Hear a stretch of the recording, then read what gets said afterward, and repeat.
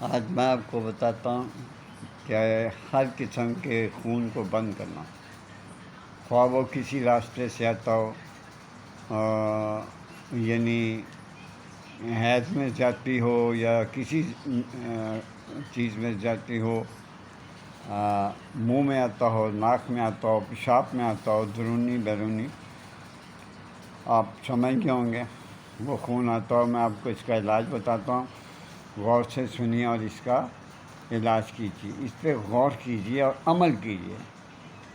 یہ پھٹکڑی سفید لینے 1 ماشا، سرما سیاہ 1 ماشا، کچھ سفید 1 ماشا، سنگ جراحت 1 ماشا، کوہر باشمی 10 ماشا، صدف مروارید یہ بھی 10 ماشا، عکاکیہ 10 ماشا، گوند ککر یہ بھی 7 ماشا، دم الدین یہ بھی 7 ماشا، گوند کتیرا یہ بھی 7 ماشا۔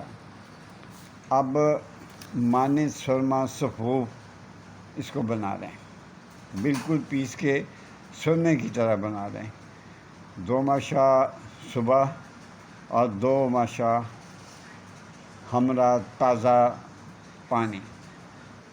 یہ پھر میں آپ کو بتا دیتا ہوں کہ 2 ماشا صبح اور 2 ماشا آپ نے شام یہ دوا لینی ہے، لیکن تازہ پانی کے ساتھ۔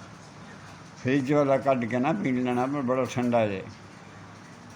ہاں، کسی کے گھر سے منگا لیں، وہ نل کا جو ہاتھ سے چلاتے تھے، وہ تازہ پانی ہے، یا ٹوٹی سے نکال لیں، وہ تازہ پانی آپ نے لینا ہے۔